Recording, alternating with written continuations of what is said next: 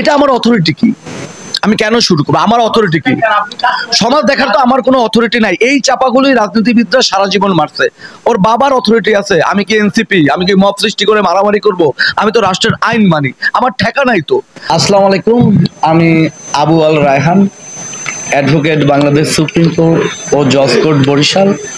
আমি আসন্ন সংসদ নির্বাচনে বরিশাল ৪ তথা মেহেন্দিগঞ্জ ও হিজলা উপজেলা থেকে স্বতন্ত্র প্রার্থী হিসেবে দর্শকদ্বীপ উপজেলা নির্বাচন করার পরিকল্পনা করেছি এবং এই নির্বাচনে মেহেন্দিগঞ্জের নতুন প্রজন্মের যারা আছেন, যারা মূলত রাজনৈতিক লেজুর বৃত্তির বাইরে গিয়ে একটি সুন্দর, সমৃদ্ধ এবং একটি পরিপূর্ণ অঞ্চল দেখতে চান এবং এমন একজন সংসদ সদস্য চান যে মূলত রাজনৈতিক ফায়দার বাইরে গিয়েও মেহেন্দিগঞ্জের মানুষের জন্য নতুন কোনো উদ্যোগ নিয়ে মেহেন্দিগঞ্জের আর্থসামাজিক